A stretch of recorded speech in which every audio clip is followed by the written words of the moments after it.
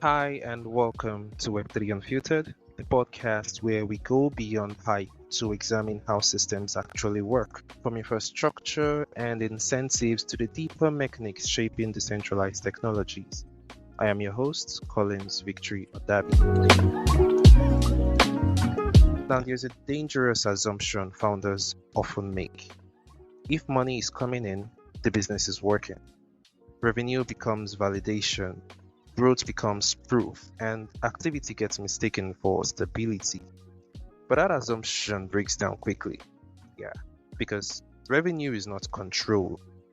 And you can be doing seven figures, but still not understand where your money is going. You can be growing, but still be structurally unstable. And when volatility hits, whether in markets, operations, or token economics, that lack of structure gets exposed, and very, very fast. So my guest today works directly in that problem. Joining me today is Daniel Bamper. He is a chemist turned CFO and founder of Black Belt Ledgers, where he helps businesses install financial systems that turn chaotic revenue into structured profits. His work focuses on identifying hidden leaks, fixing broken financial processes, and helping operators move from reactive decisions to controlled systems. Dan, welcome to Web3 Unfiltered. How are you doing today? I'm doing well, thanks. Thanks for having me today. I'm pretty excited about this one. Same here. It's great to have you here on Web3 Unfiltered. So Dan, first off, I like to ask my guests to talk a bit about themselves. So very briefly, Dan, I'd like you to talk about you. What is your story and how did you get involved in what you're doing today? That's a fun story. I started my professional career as an organic chemist and was going to school, finishing up my PhD, and had a pretty great opportunity come up for opening a martial arts school, of all things. And thankfully, right now we've been in business a little over 11 years. But when we first got started, it was a whole different story. We were scrambling to find students, making it happen where we had to show up and teach all of our classes every night. And as I was, initially taking on the role of kind of the finance and data side of things, I thought I'm a chemist, I'm pretty good with numbers, I'll be able to figure this out. But I didn't understand how my finances were being represented to me. I was able to piece, some common sense things together, but, the CPAs or accountants that I worked with weren't really helpful. They never really gave me the insights I asked for, never gave me my reports on time. And eventually it got to the point where I was so frustrated with the consistent answer I got from my CPA, which was, well, just pay more taxes, you'll be fine, that I ended up firing him. And that's when I started looking into how accounting works inside of a small business. And so I took some free classes, I read through textbooks on my own, and I learned how money moves through a business and how that is tracked. I learned how to create and how to interpret balance sheets and profit and loss statements and cash flow summaries and see the ins and outs of how money moved through a business. And that was a complete game changer, because when I started to take the ownership of that, my martial arts school went from about $250,000 a year to almost $400,000 in the span of about a year when we knew what numbers to look at. And as my professional career as a chemist continued, I ended up getting hired with the United States Department of Energy to oversee their nuclear waste characterization programs at the national labs. And that got me exposed to looking at really large budgets, $100+ million programs, and how to make sure that they're operating efficiently, effectively, and accomplishing the mission they were set out to build. So I've kind of taken all the experience that came from what I know about small business finance and accounting, combined it with really high-level systems operations at the 9-figure scale, and ended up finding a home in working with contractors at Black Belt Ledgers. And so now what I do is I help 7-figure contractors like tradesmen, roofers, construction, HVAC, plumbing, become profitable, scalable 7-figure businesses that turn into 8-figure businesses. Just like you said, Daniel, that's a fun story. It's amazing how you've moved from chemist to something in the finance sector. I actually have a background in biochemistry, but then Nice. here I am hosting a podcast on the. So yes, it's an interesting pivot. Okay, Daniel, most founders measure success by revenue, but revenue doesn't tell you what's left. Revenue doesn't tell you what's sustainable or what's actually working. It only tells you that money is moving. And you said you've made a lot of research and taken free classes, and you have a lot of experience about how money moves in business. So Daniel, why do so many businesses generate significant revenue but still struggle with cash flow and profitability? It's a great question. And honestly, a lot of my experience comes down to the fact that, a lot of founders will start off on their own and they'll build what works for their kind of one-person shop. And as they continue to make more money, as they continue to, work with more clients and deliver and delight and generate more referrals, build their reputation, they often find themselves pretty quickly inundated with too much work to do on their own. And oftentimes they feel like they're making these really big decisions to hire somebody and not have the time to invest and train them, or they make these quick decisions to solve a problem right now that kind of stops them from drowning. And so because of that, they end up running a 7-figure business that has, 3 or 4 people in it, just like they did when they were a single person shop. And, as your business grows, it has different needs. I was talking to a potential referral partner today who's a tax pro. And, I said, when your business starts off, it's kind of like you're walking through a city. You're able to stop and look around you as you're walking. You can use some of those landmarks to navigate, and you have enough time to stop and go. But, as your business continues to grow, it's like going from walking to riding a bike to riding an electric scooter to all of a sudden driving, a really fast sports car inside of this city. And you need real-time feedback that's going to be able to keep up, right? So like as you're walking through your city, you don't need a real-time GPS. You can handle a map. You can handle looking at the street signs and figuring out where you need to go. But if you're in a lightning fast sports car and you're driving through that city, you're going to need a GPS, because if you're trying to read the map while you're driving the car and look around at the street signs to figure out where your bearings are, that's pretty much what happens as people grow their business really quickly. They're trying to do too many things at once. And because of that, they don't have the systems they need to give them the real-time visibility or the real-time numbers or anything they need to make these really big strategic decisions. So Daniel, you're saying that once revenue increases, complexity increases with it. There are more transactions, more costs, and more moving parts. And without structure, that complexity creates blinds. Yeah, and without structure, that complexity tends to create some blind spots. So, Daniel, from your experience, what are the biggest financial blind spots operators have when scaling their income? Honestly, it's really in leaks. And depending, I work in a lot of constructions and trades. And one of the biggest things is in materials spend and labor spend and subcontractor spend. So, these guys will, some of my clients will win a $1 million project that has to span over 6 months. And, they're used to just running down to the shop, getting whatever they need for supplies, picking it up, taking it to the job site, and getting to work.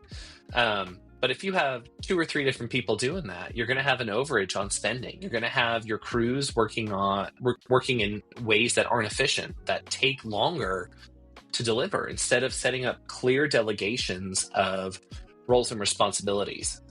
So you can kind of think about it this way: if maybe like you're a plumber, and so when you show up to the job site, you've already got some framework done. You've already got some, the concrete slabs laid, and you've got some of the big utility hookups already put in place. And instead of saying, okay, well, all three of us are going to go work on, the main central line, you can set it up to work more efficiently and more effectively, where one of you works on that main drain line, but others are starting to put in some of the roughing in some of the pipe work for the rest of the structure and the central water infrastructure. And because they don't step back from kind of that constant panic driving mode, there's money that gets lost in materials, subcontractors, and labor spend. And that's pretty common across a lot of industries. Payroll is a really big gap because they're really reactive to how they're feeling on hiring, instead of looking at their numbers to say, yeah, our crew is at a 80% capacity. It's time to start bringing on another team member in the next 3 months, so we can make sure our crews aren't overloaded or past capacity, and we can still deliver our jobs. I would say, payroll, materials, and oftentimes a lot of cost of goods is where I see some of the biggest profit leaks. Amazing, Dan. Thank you so much for that explanation. So Dan, from what you've said, I've been thinking a lot of financial decisions are reactive. Money comes in, bills get paid, and whatever is left is often assumed to be profits. But that doesn't seem like a system. I believe that's guesswork. So from your experience, Dan, again, what does a real financial system look like inside a business that's actually in control? It's a good question. And the answer is it kind of depends on how big your business is. If you're still a new entrepreneur in launch phase and you're doing less than 100,000 a year, you can probably get away with an Excel system or an Excel spreadsheet that you update every week. But as you grow past that 100,000 mark and start getting closer to the 250 or 500,000, it's best to have an outside bookkeeper that you're working with who gives you your monthly reporting on time without you having to chase them down. But as you start getting past 500,000, that monthly reporting needs to turn into weekly reporting, because you need to keep an eye on your spending. And in addition to that weekly reporting, it's also great to install something I call a profit model. And it's a way that your business stays profitable. So if you're looking at, construction trades, home service businesses, a great profit model is by project profitability. You're tracking, profits for each project that you take on or each service call that you go and do. But if you're working inside of a daycare or a martial arts school or dance, any kind of training services or childcare services, it's best to look at profitability by program, because, if you're catering to different ages, you're going to need to have different types of resources for each age level. And once you have your profit model in place, then it's best to take a look at a cash flow control system. And usually that has to do with, setting max spending limits, or even just building a simple cash flow forecast that you can start looking at that covers the next 1, 2, 3, 4 weeks. So you're not just looking at today's bank account balance, you're going to be looking at your cash position for the future. Amazing, really, really amazing. So you're saying that the more businesses grow, the more there is a need for structure. If I'm paraphrasing that correctly, the more there's a need for structure, because without structure, behavior becomes inconsistent. Spending fluctuates, decisions become very emotional, and long-term planning disappears. And at some point in the business, a lack of financial structure will become very, very dangerous, especially for a growing business. And when you bring in volatility, irregular income, market swings, unpredictable inflows, this is very normal in Web3, and it exists also in traditional businesses. So Daniel, how should businesses think about financial stability when income is unpredictable? Oh, that's a good question. Usually if income is unpredictable, it's because there's not a predictable system to keep your income consistent. So what I mean when I say that is, businesses do three things, right? They make money, they spend money, and then they have to manage both sides of that process. Usually on the income side, there's a couple things that you can start looking at, because your financial stability, it should be planned. You should go into a month knowing these are my revenue goals, but not just here's my revenue goals, here's also my action targets. And if you think about it on a general level, when a client's interested in working with a business, they're usually go from like an unknown to a lead phase, where they leave their information on a mailing list, or call someone up to say, hey, can you come take a look? That lead moves into the prospect phase, where they're in an active sales situation, and then they become a closed client when they say, yes, let's go, here's my money, and let's get to work. And so if a business doesn't have systems in place to consistently move people from the unknown to lead to prospect to closed client phase, that's oftentimes, I find money is a consequence of some of these bad systems. So a great financial stability doesn't just say what your money targets are, but it's also going to tell you what your action targets are to generate that revenue. Wow, really, really amazing. Still talking about this volatility. I don't know if you'll agree with me, but I think volatility doesn't create problems. It actually exposes them. If a system is weak, then volatility makes it obvious. Do you agree? I do. And usually systems break down because nobody's keeping an eye on them. One of the things that a CFO does for a large business is they usually are the ones that have ownership of the HR infrastructure. And within that HR infrastructure, there needs to be a mechanism for assigning specific roles, responsibilities, and even some performance numbers that reflect how the company is doing in a specific area. Yeah, one of my favorite business books that I've read is the book Traction by Gino Wickman, and it's all about the entrepreneurial operating system. One of the things I really like in their book is they come up with this idea that everyone owns a number. And, leadership is usually the ones that owns, systemic performance numbers, things, kind of like if we were looking at a marketing head, they would look at the number of leads, number of, prospects, and, number of closed clients. So they can take a look at how well they're feeding new business into the organization. But, there's even specific action steps all the way down to, I think they use the example of the secretary inside of the book Traction. And they say, well, yeah, the secretary has a number too, even though she's kind of following a lot of the systems that are put in place. The number she owns is that the phone can't ring more than twice before she answers it. So I agree with you. And I think volatility exposes a lot of problems. And it's really obvious when those problems aren't measured. And I think a great set for financial stability is when you have numbers that indicate system performance as well as business performance. Thank you so much, Dan. Earlier in this conversation, you mentioned, or rather, you talked about one of the biggest issues in growing businesses today, which is leakage. Money leaving the system in ways that aren't obvious. Not through big failures, but through small repeated inefficiencies. And these leaks compound, individually small but collectively significant. So how do you identify and eliminate financial inefficiencies before they scale into bigger problems? That's a good question, and it's a skill that seems really obvious, but is sometimes really tricky to find the answer to. I believe that your finances are one of the easiest ways to spot one of these leaks. So I'm going to go with an example of something that happened within the last couple of weeks. I started working with a new client, and I took a look at their net margins, or took a look at their margins for their business.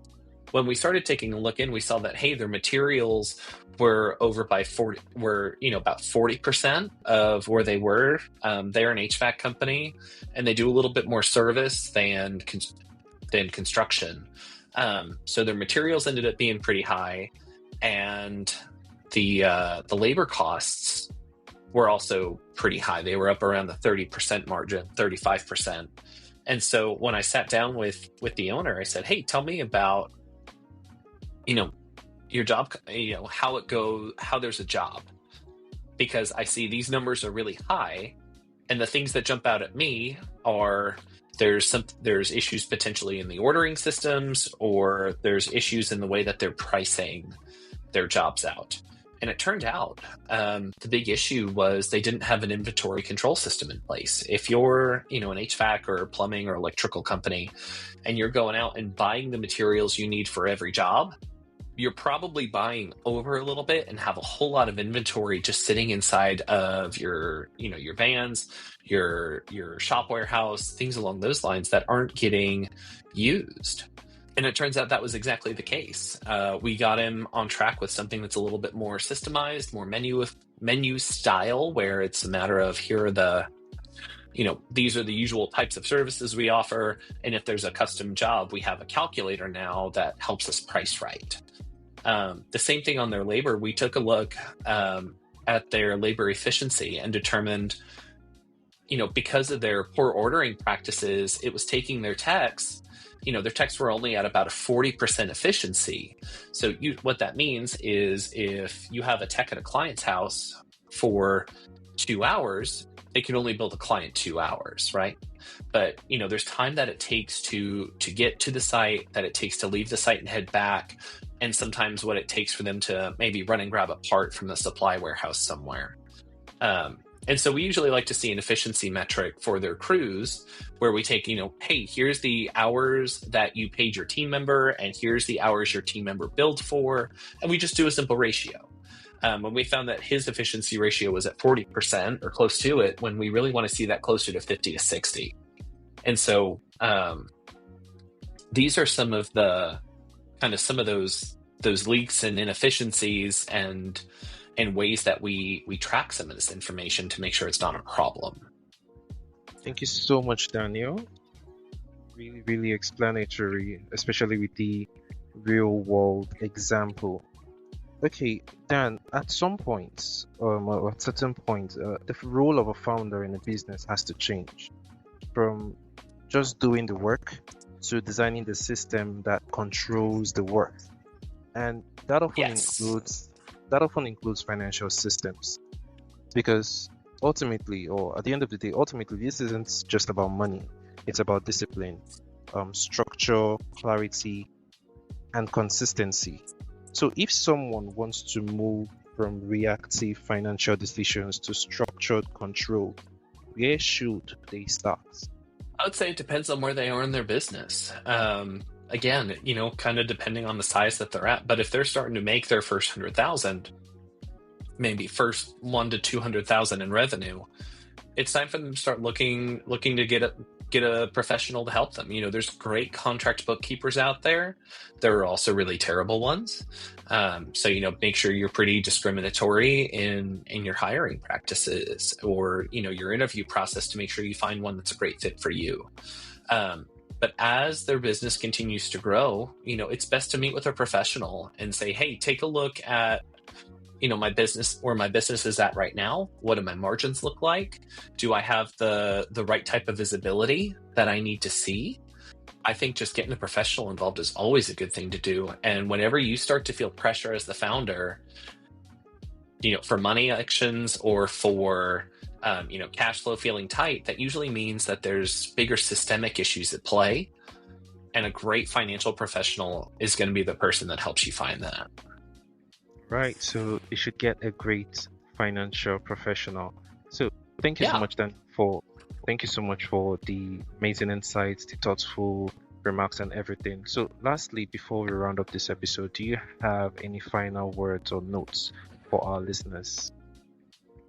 I would say if you're ever, wondering about starting a business or even thinking about scaling the one that you have, make sure you have your clear goals in mind. There's 3 things that are going to make you really successful as you grow and scale your business. And the ones that make it to that 7-8 figure level versus the ones that stay stuck at the low 6s, The big difference between them is that the really profitable, successful ones, they know their numbers, they control their cash, and they have a clear plan to get from where they are to where they want to be. Find somebody who's done what you're looking to do. Find a coach, find a mentor, find a fractional CFO, because they are super helpful in making sure that you have all of those three key components to grow. All right, then. Thank you so much. I really appreciate your time here on Web3 Unfiltered. So in this episode, we have understood, or we now finally understand, that revenue creates movement and systems create control. And without control, growth becomes unstable, because money doesn't organize itself. It follows structure, a well laid out structure. When that structure is missing, the outcome is predictable, even if even if the revenue looks impressive on the surface. Am I on point, Dan? Yeah. Revenue shows that your business is moving, that people have interest in you, and your systems, they're the pieces that control the profits you're going to walk away with at the end of the day. So putting systems in place to help you stay efficient, stay profitable, and stay on track are the things that differentiate, okay business owners from the great ones. All right, then. Thank you so much, Dan. So that wraps up today's episode of Web3 Unfiltered. A big thank you to Daniel Bamper for joining us today. Until next time, stay sharp, stay curious, and keep building.